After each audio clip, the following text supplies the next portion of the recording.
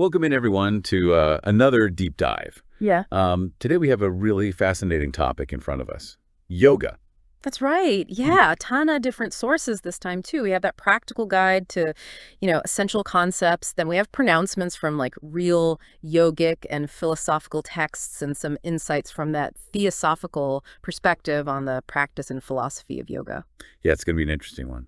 So much to get through today. We might even uncover some of the proper pronunciations like yoga itself and, maybe even touch on this idea that the universe exists for being, which I'm super interested in. And maybe we'll even dive into some of the dangers that we should watch out for with certain practices. Absolutely. And I think the listeners are going to love this one. It's going to be fun. And who knows, maybe we'll even get into those threshold dwellers that pop up on the path. Oh, yes, definitely. That'll be good. So speaking of getting things right, let's start at the very beginning.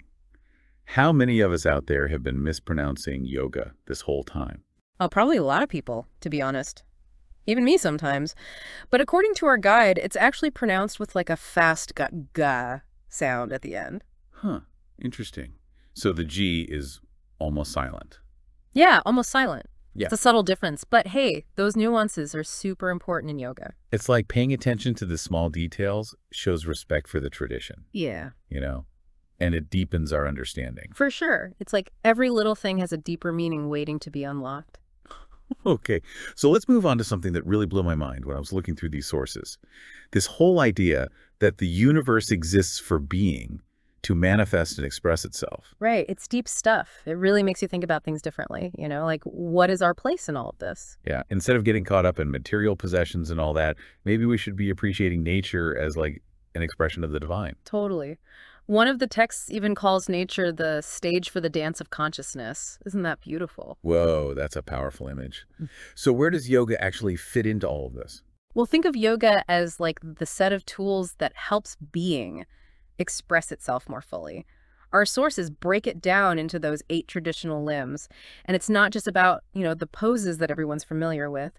It's a way to systematically unfold yourself, accelerate the evolution of your consciousness. So it's like a journey that starts with those ethical practices like yama and yama. And then you move through asana pranayama, Right. to harmonize the body and energy. Right, and eventually you reach samadhi, which is like that union with the divine. Exactly, step-by-step process. I like how our sources use these analogies to help us grasp these abstract ideas. Like there's this one about the pigeon breeder who carefully selects traits in his pigeons. Oh, yeah, that's a good one. So are we like shaping our own consciousness just like that pigeon breeder is shaping his birds? That's what I was thinking. We are absolutely. We can use these tools to, you know, cultivate certain qualities within ourselves. I love that. It's like the gardener who doesn't force the wild rose to be something it's not, but creates the right conditions for it to flourish. Exactly. Yoga is about nurturing our true nature, helping us blossom. Okay, let's shift gears a little and talk about states of consciousness.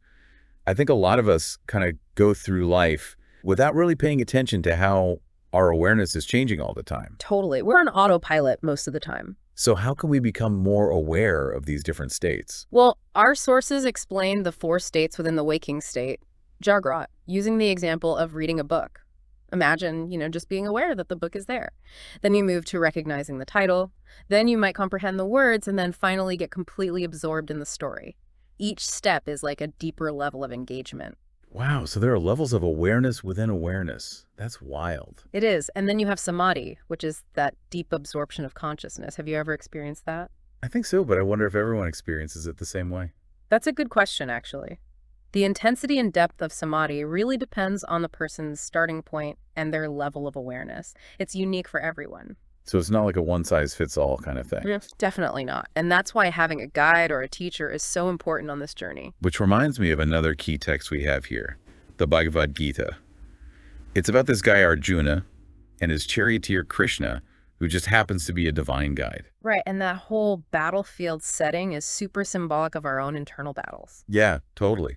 So Arjuna is hesitant to fight, and Krishna uses the principles of yoga to teach him about dharma duty and the nature of karma action. It's like this timeless dilemma, right? Duty versus desire action versus inaction. We've all been there. Oh, for sure. And then there's that element of bhakti devotion, surrender to a higher power. Which is incredibly liberating when you think about it, surrendering to something bigger than ourselves. The Bhagavad Gita really gives you a lot to ponder. Yeah. Now let's move on to another text that's considered by many to be like the Bible of yoga, Patanjali's Yoga Sutras. Right, these are a cornerstone for the practice and philosophy, especially, in the past century or so. Uh, But it's interesting, there's actually some debate about whether Patanjali wrote all the works that are attributed to him. Like, did he write the Yoga Sutras and the Mahabharata, which is a commentary on Sanskrit grammar? yeah, it's a fascinating debate, but regardless, those Yoga Sutras are a foundational text, and Patanjali is still honored in many modern traditions. Totally. They even have shrines and invocations for him. Amazing. Mm. Okay, let's shift our focus to the Upanishads. What stood out to you the most from those texts? I think their emphasis on self-knowledge and this idea of spiritual transcendence is so cool. It's like they're exploring this unity with the universe, and they even talk about meditating on the sound Om. Hmm. It's amazing how these ancient teachings still resonate with modern practices. Yeah, it's like they tapped into some timeless wisdom. All right, let's move on to something that tends to be a bit mysterious and maybe even a little intimidating. The Tantras. Yeah, these are definitely complex. There's a lot of symbolism and esoteric practices.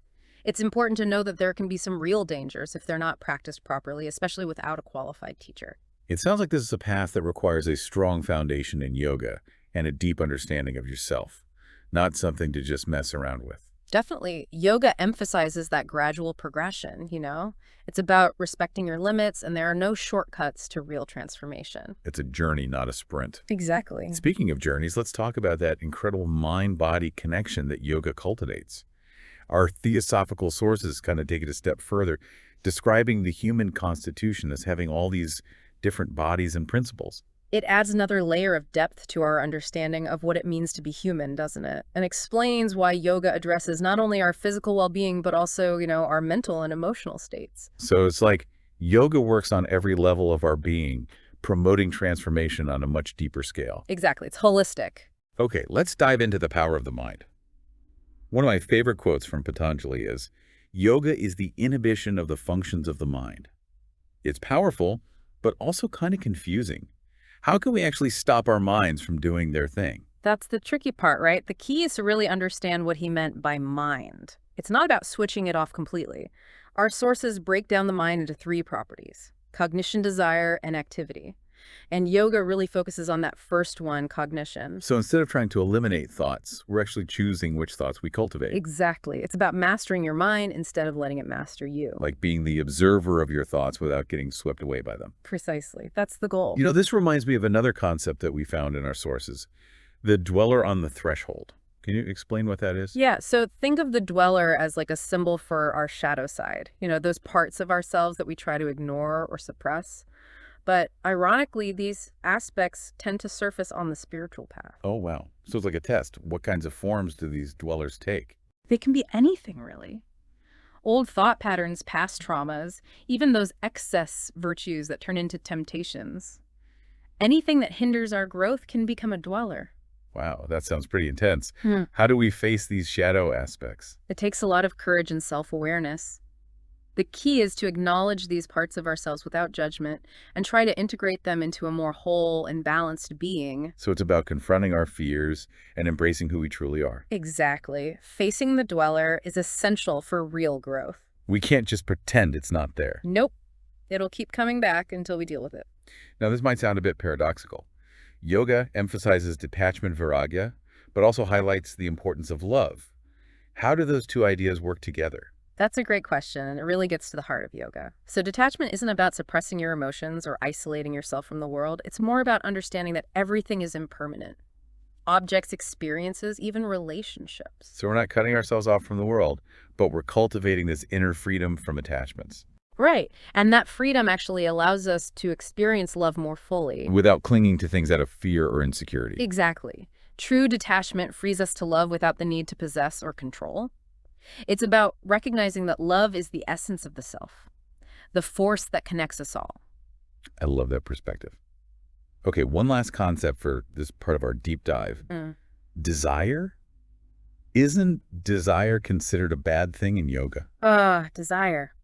It's one of those tricky ones. It can be both an obstacle and a driving force for evolution. Like selfish desire, the kind that's all about me, that definitely leads to suffering.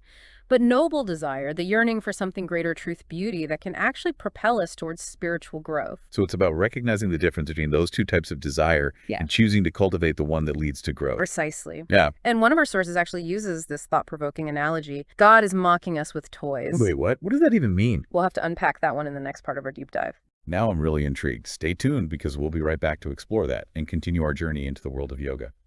So we left off with that intriguing image of God mocking us with toys. It really makes you think about desire in a different light. It definitely got me thinking, how can we understand this mocking as like a positive thing? Well, maybe those toys, those things we're always chasing after, are actually tools for learning and self-discovery. It's not about acquiring the toys themselves, but about the journey, the lessons we learn along the way.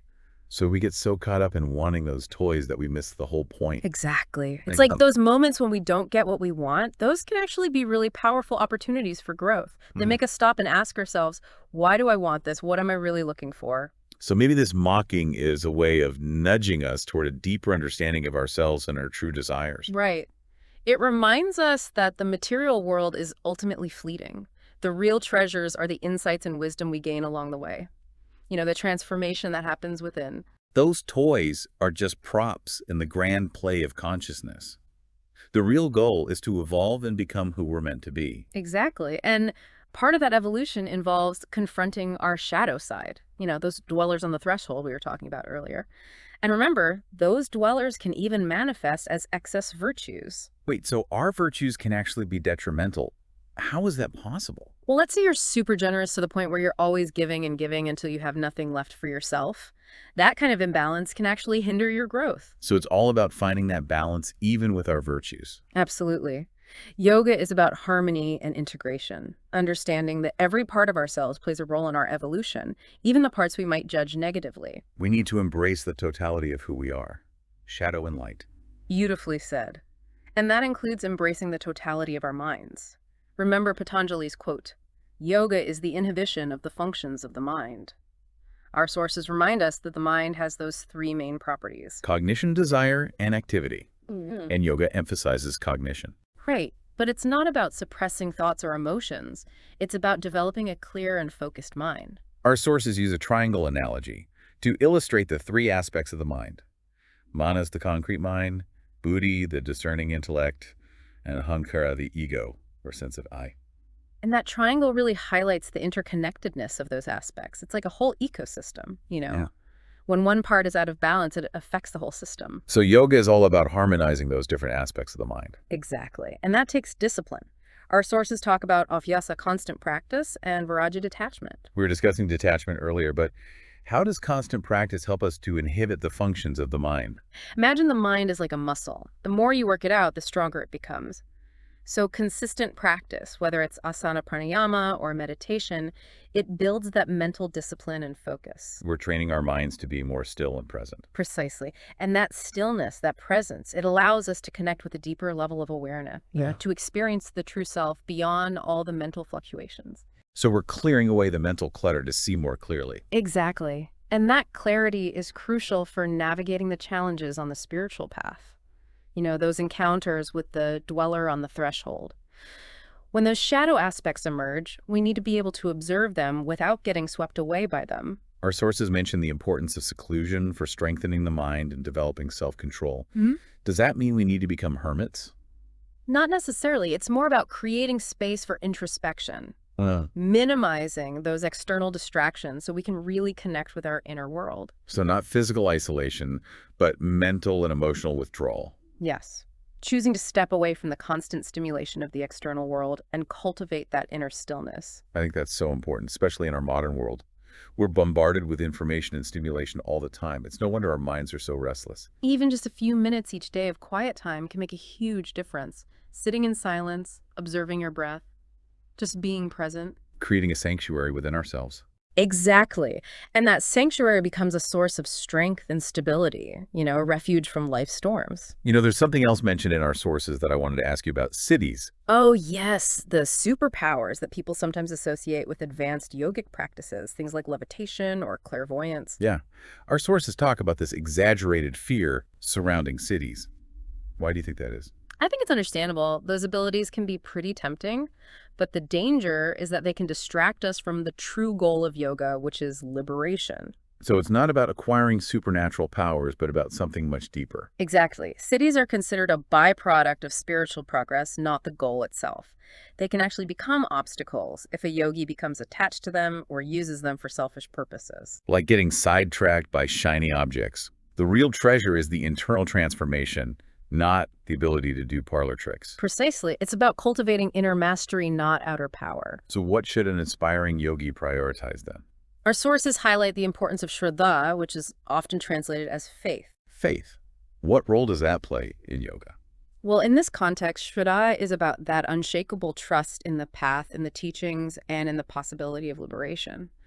It's about cultivating this inner knowing that transcends all the doubts and fears of the mind. Trusting the process even when it's tough. Exactly. And that trust, that faith becomes a source of strength and resilience, especially when you're facing those challenging encounters with the dweller on the threshold. Because we need something to hold on to when those shadow aspects appear. Exactly. Shraddha is like our anchor, reminding us that we're not alone, that something greater is guiding us even when we can't see it clearly. It's a comforting thought, like having a compass to guide us through those dark nights of the soul. It is, Shraddha is the light that leads us back to wholeness, to the truth of who we are. And those challenging encounters with the dweller, they become opportunities to actually deepen our faith and strengthen our resolve. Yes. It's about recognizing that even those really difficult moments are part of a larger process of transformation. Trusting that there's light at the end of the tunnel, even if we can't see it yet. And that light is the self, the divine spark within each of us. Speaking of the self, there's this concept in yoga and theosophy that I find really interesting. The idea that the mind is material. That's a mind-blowing concept. Yeah. What does it actually mean for the mind to be material? It challenges our typical understanding of the mind as something separate from the physical world. But from the yogic perspective, the mind is seen as a subtle form of matter. So it's not the same as our physical brain. Exactly. The brain is the physical organ, the hardware, while the mind is more like a subtle energy field, the software that interacts with the brain. Okay, I'm starting to get it. So if the mind is material, does that mean we can change its structure? That's one of the goals of yoga, to purify and refine the mind and transform its energetic structure. Through the 8 limbs, the ethical practices, the asanas, pranayama, meditation, they're all working to change the mind. Exactly. It's like we're reprogramming our mental software, replacing negative thought patterns with positive ones, cultivating clarity and focus. Our sources describe different states of the mind, like the agitated, restless mind, the scattered and distracted mind, and the focused, one-pointed mind that's capable of deep concentration. And the goal of yoga is to cultivate that focused, one-pointed mind, the mind that can access those higher states of consciousness. Because a scattered mind can't really perceive truth clearly. It's too caught up in its own chaos. Exactly. We need to calm the mental chatter to be able to hear those whispers of the self, the wisdom that's residing within. Our sources actually use the Sanskrit word vritti to describe the different modes of existence of the mind. It's like those mental waves we were talking about earlier. And yoga is about calming those waves, creating stillness so we can experience the depths of our being. We've been talking a lot about calming the mind, but our sources also mention left-hand yoga, which sounds a bit more intense. Left-hand yoga, or Vamachara, is a more esoteric and often misunderstood path within the yogic tradition. Huh? It's about confronting those shadow aspects of ourselves and embracing the totality of our being, both light and dark. It sounds like walking a tightrope. A little risky. It can be, which is why it's not for everyone. It requires a lot of self-awareness, discipline, and the guidance of a qualified teacher. Because it's easy to get lost in those shadow realms. Exactly. Left-hand yoga is about integrating those shadow aspects, not being consumed by them. Recognizing that even our darkest impulses can contribute to our evolution. Precisely. It's about using all aspects of ourselves as fuel for spiritual growth. That's a powerful concept. It suggests that those dwellers on the threshold are actually trying to help us, even if it doesn't feel that way at the time. It's all part of the cosmic play. Even those seemingly negative encounters can be opportunities for learning and transformation. Wow, we've covered so much in this deep dive. I feel like I need a cheat sheet to keep track of it all. It is a lot to take in. But that's the beauty of yoga. It's a vast and multifaceted system with something for everyone. So where do we go from here? What's the next step for an aspiring yogi? That's the question, isn't it? And like most things in yoga, there's no single answer. The path unfolds differently for everyone.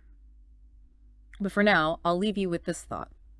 What if the journey itself is the destination? I love that. It's not about reaching some final goal, but about embracing the process of transformation, the continual unfolding of our being. Exactly. And that journey, that unfolding, it's filled with infinite possibilities. And we can't wait to explore those possibilities with you.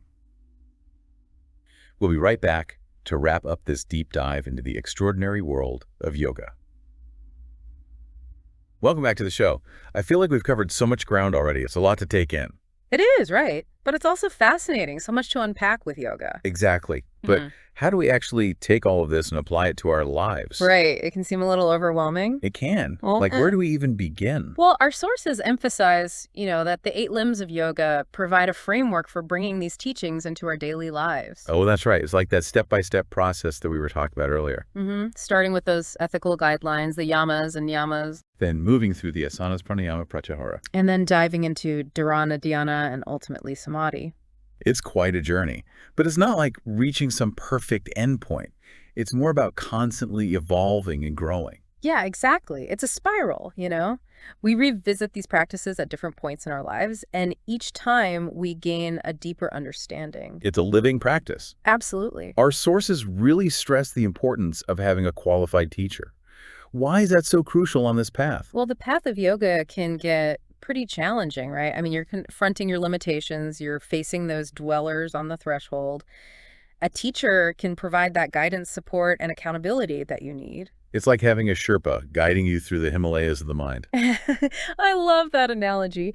They can help you avoid pitfalls, encourage you when you're feeling discouraged, and really deepen your understanding of the teachings. And they can also adapt the practices to each individual's needs, right? Oh, for sure. What works for one person might not work for another. Yoga is definitely not one size fits all. So our sources talk a lot about purification, cleansing the body and mind to make them more receptive to those higher states of consciousness. What does that actually look like in practice? Well, purification involves both physical and mental aspects. On a physical level, you might make some dietary changes like moving towards a more sattvic diet. Right. Sattvic meaning pure and balancing. We were discussing those 3 gunas earlier, sattva, rajas, and tamas, and how they can affect our state of being. Exactly. Sattvic foods like fresh fruits and veggies, whole grains, things like that, they promote clarity, balance, and peace of mind. And on a mental level, it's about clearing out all those negative thought patterns, limiting beliefs, and that mental clutter that keeps us from seeing our true nature. Precisely. It's like a mental detox. As we purify both body and mind, we create space for spiritual growth to really blossom. Yoga is not just about what we do, but also who we are, It's about cultivating that way of being in the world, grounded in awareness, compassion, and connection. Beautifully said. Okay, I have one last question for you, and it's the one we've been dancing around this whole time. What's the point of all this? Why do we practice yoga? Ah, the big question. And like everything else in yoga, the answer isn't so simple. There are many layers. On a practical level, yoga can improve your physical health, reduce stress, bring more peace into your life. Right, those are great benefits. But I feel like there's more to it than that. Definitely. On a deeper level, yoga leads to self-realization, to realizing the truth of who you really are. Connecting with that divine spark within each of us. Exactly. Remembering that we're not just these limited, separate selves, but part of something much bigger, something interconnected and eternal. That's a beautiful way to put it. It's like yoga helps us to come home to ourselves. What an amazing journey this has been. It has. I hope our listeners are feeling inspired to explore the world of yoga. Even a simple practice like taking a few minutes each day to just sit in silence and observe your breath can be incredibly powerful. It's about taking those first steps, no matter how small. Exactly. You never know where those steps might lead. The path unfolds one breath at a time. That's a perfect note to end on. Remember, the universe exists for being, to express itself. So what unique expression does your being want to bring into the world? Go out there, explore, and keep diving deep.